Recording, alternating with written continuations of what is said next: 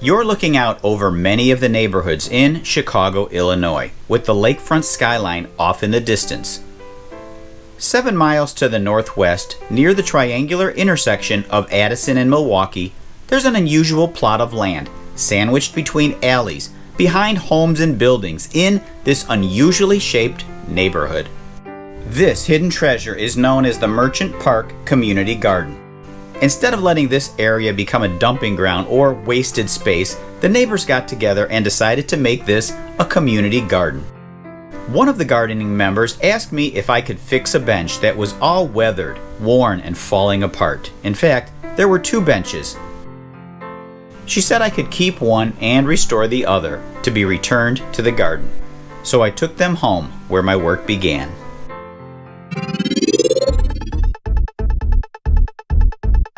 This is the nicer of the 2 benches. It's missing a slat, held together by rusted bolts and a piece of wire.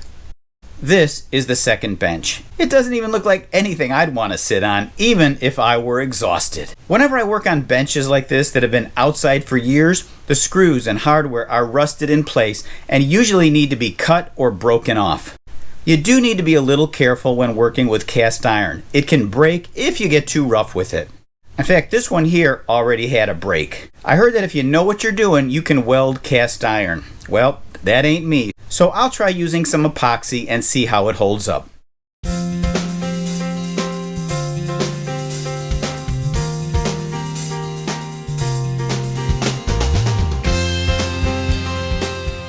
With both benches taken completely apart, the restoration process can begin. Preparation is the key to a long future for these benches. I need to remove all of the surface rust. For repainting the metal, I basically use the same process. I remove as much of the old paint as possible. To do this, I'm going to use a wide variety of wire wheels, sandpaper, scrapers, and even a sandblaster. I'll then clean it with some paint thinner or mineral spirits. Sometimes I'll even give it a bubble bath using some dish soap and water, which is a pretty good degreaser. After drying completely, I use a rust treatment product like OSPO or Clean Strip Metal Prep. For the final step before painting, I'll make any repairs to the metal. For the break, I'm going to use this 2-part epoxy putty to repair it. First, I'll rough up the surface with some sandpaper, then clean it with alcohol or paint thinner.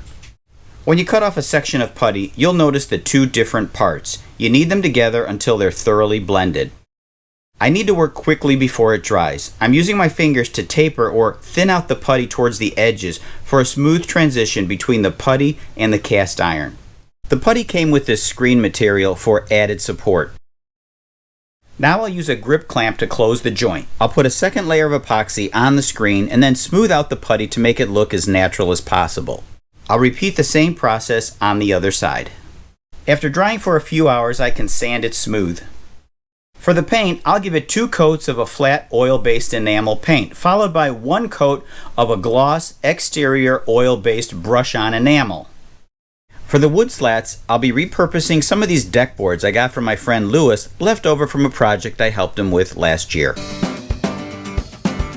After ripping them, the cut edge needs to be rounded to match the outer edge. After a quick sanding and wiping off of the dust, I'm ready to give these boards 2 coats of Behr exterior deck stain. When the paint dries, the benches will be ready for final assembly.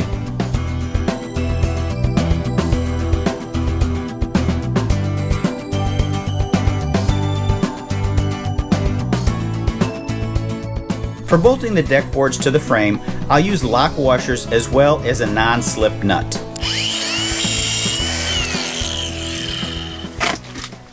One of the things that I like to do is to save and organize all of my hardware I get from estate sales, garage sales. Before I throw anything away, I strip it down. I remove the screws, the handles, the knobs, whatever I can salvage.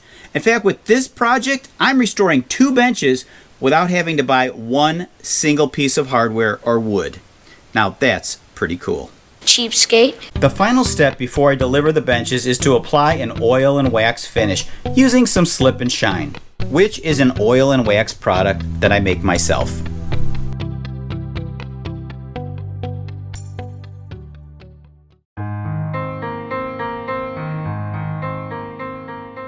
I returned the 2 benches back where they belong. There wasn't an unveiling or a presentation. There was no fanfare, no witnesses, just a quiet return on a Sunday afternoon. It's not always about being noticed, rewarded, or recognized for your hard work. Someday, I'll drive by the Merchant Park.